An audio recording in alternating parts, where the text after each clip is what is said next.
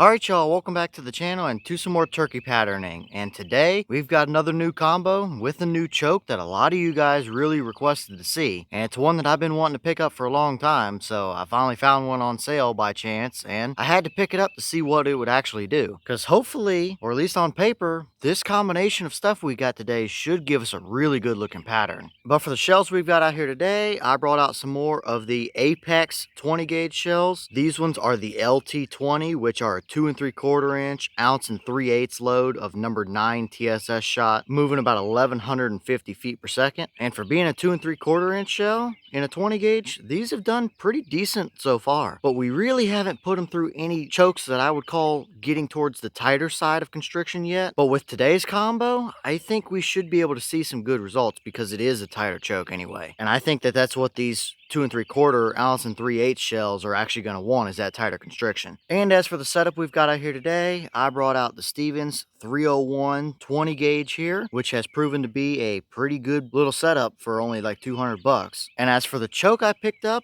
I found one of these, a Truglo Headbanger, and a lot of you guys requested to see the Headbanger, and when I saw this one on sale in 20 gauge with my thread pattern, I had to pick it up. Now this Headbanger in 20 gauge is a 565 constriction turkey choke, so it is a little bit tighter than some of the stuff we've tested previously, but not so tight that it might be at risk of ruining our patterns. So 565 should work out pretty well with these Apex shells as long as this turns out to be a somewhat decent choke anyway. But as for the test, everything is the same as usual. The turkey target is at 40 yards. I've got the chronograph, so we'll be able to get our velocity. So let's get you guys to view the target. We'll take the shot, look at the chrono, and then check out our results. I have some decently high hopes for this combination today. On paper, it should perform, but I guess we just got to test it and see what it actually does. So let's head over here and take this shot and see what kind of pattern we can actually get from these Apex shells through this new Truglo Headbanger.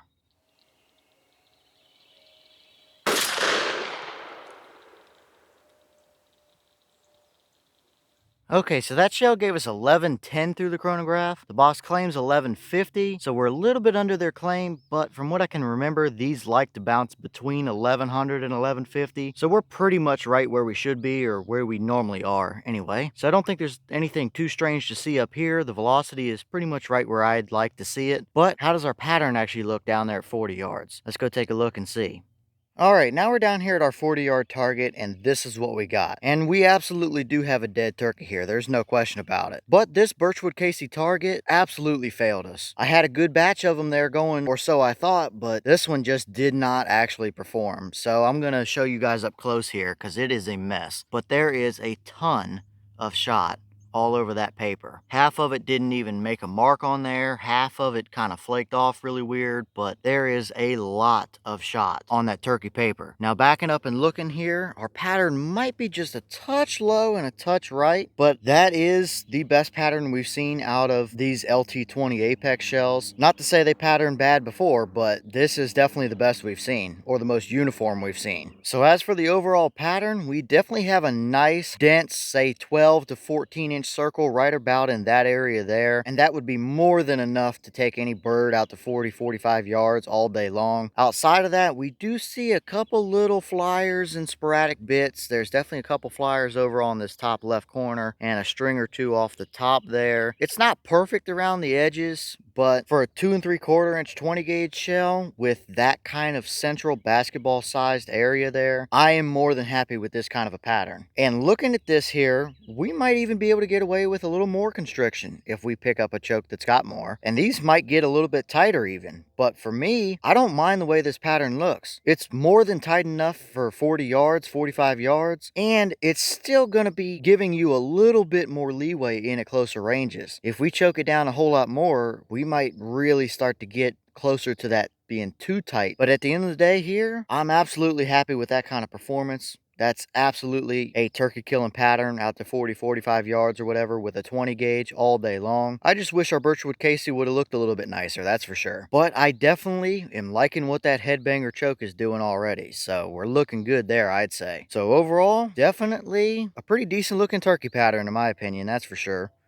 Okay, and here's the wad out of that shell, and definitely 20 gauge apex type of stuff. Nothing unusual to see. It opened up pretty evenly there, or about as even as what they usually do, really. It's not perfect, but it's plenty good enough. There's nothing stuck down in there except a little fiber piece they use. No pinholes, rips, tears, anything like that in the wad pedals here. Looks pretty good overall, I'd say. And you can see if you get it in the light just right there, those lines, that's from the straight rifling grooves that headbanger choke has in it. So we definitely grabbed those, and just looking at it here in person, they are nice and straight down the wad. So this was definitely not spinning as it left the end of the barrel, which is always a good thing. But overall here, wad looks pretty much run-of-the-mill, average, nothing special to see.